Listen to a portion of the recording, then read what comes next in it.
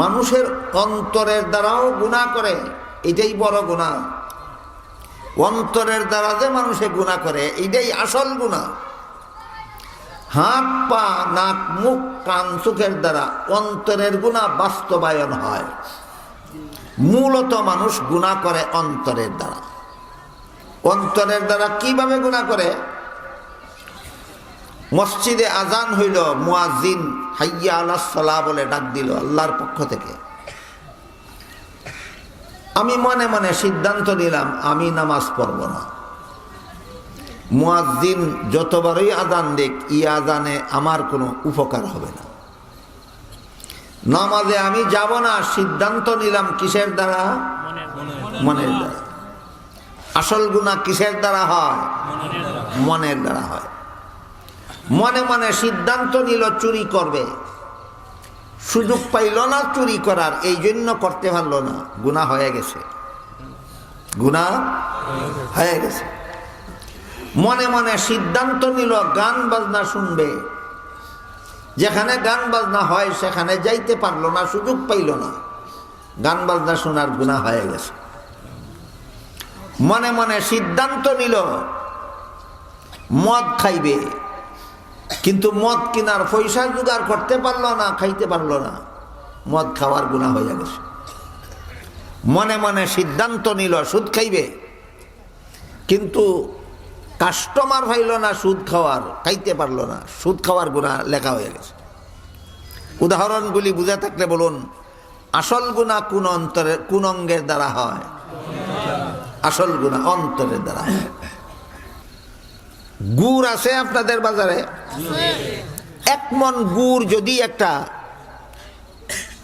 বড় গামলার মধ্যে পানি দিয়া গুলেন, গুলার পরে এই গুড়ের গুলা পানিটা যদি ছাঁকেন চালনি দিয়া, যে চালনি দিয়া দুধ থাকে ছাঁকনি দিয়া, এক মন গুড়ের গুলার থেকে কি 100 গ্রাম ধুলাবালু বাইরিত না?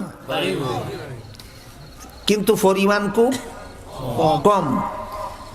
এত সামান্য পরিমাণ ধুলাবালু এত বেশি পরিমাণ গুড়ের সাথে মিশ্রিত থাকায় এই ধুলাবালুটাও গুড়ের মূল্যে বিক্রি হয়।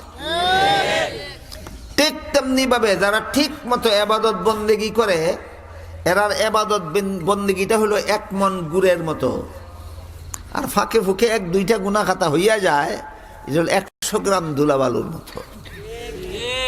কিন্তু যেই ব্যক্তি ইবাদত বন্দেগীর দ্বার ধারে না, জীবনভর চুরি কইরা ডাকাতি কইরা, জীবনভর সুদ খাইয়া ঘুষ খাইয়া মদ খাইয়া গাঞ্জা খাইয়া, জীবনভর মিথ্যা কথা কইয়া, জীবনভর মিথ্যা মামলা কইরা, জীবনভর মিথ্যা সাক্ষী দিয়া কাটাইছে, আর নমাজ 2-4 দিন ফললে ফরছে, না ফললে নাই। তার গুড় বেশি না দুলা বেশি? তাহলে 100 গ্রাম গুড়ের সাথে 8 মন দুলা মিশাইয়া বাজার লইয়া যাও, কোন পাগলে কিনে দেহ গিয়া। এই হিসাবটা এই সমাজের অনেক মুসলমানে বুঝে না। এই হিসাবটা পর্যন্ত, এখন যে হিসাবটা আপনাদের দিলাম, এই হিসাবটা পর্যন্ত এই সমাজের অনেক মুসলমান বুঝে না। নিজে যে কত বেলা নামাজ পড়ে না হিসাব নাই। একজন জীবনভর নিয়মিত নামাজ পড়ে, কোন দিন সে নামাজ পড়তে পারছিল না ওইটা ইটা নিয়ে চর্চা করে। যে বেটা জীবনভর নামাজ পড়ে, হঠাৎ একদিন পড়তে পারলো না কোনো অসুবিধার কারণে, এই বেটার 1 মন গুড়ের মধ্যে 100 গ্রাম দুলা। আর তুমি সারা জীবন ওই নামাজ পড়ো না, একদিন যে জুম্মার নামাজ গিয়ে ফুরে লাইছো, এটা তোমার 1 মন দুলার মধ্যে 100 গ্রাম গুড়, কোনো ভাগ হলেও কিন্তু না। এবার বুঝলেন সহজ হিসাব কার হইব না? বুঝছেন না এখনো? বুঝে থাকতে বলেন তো, হাসরের মাঠে সহজ হিসাব হইব কার?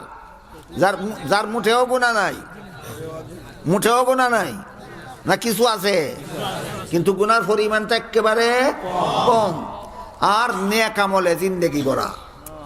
এই নেক আমলের উসিলায় আল্লাহ পাক রব্বুল আলামিন তাদেরকে হিসাব সহজ করবেন, মাফ করে দিবেন।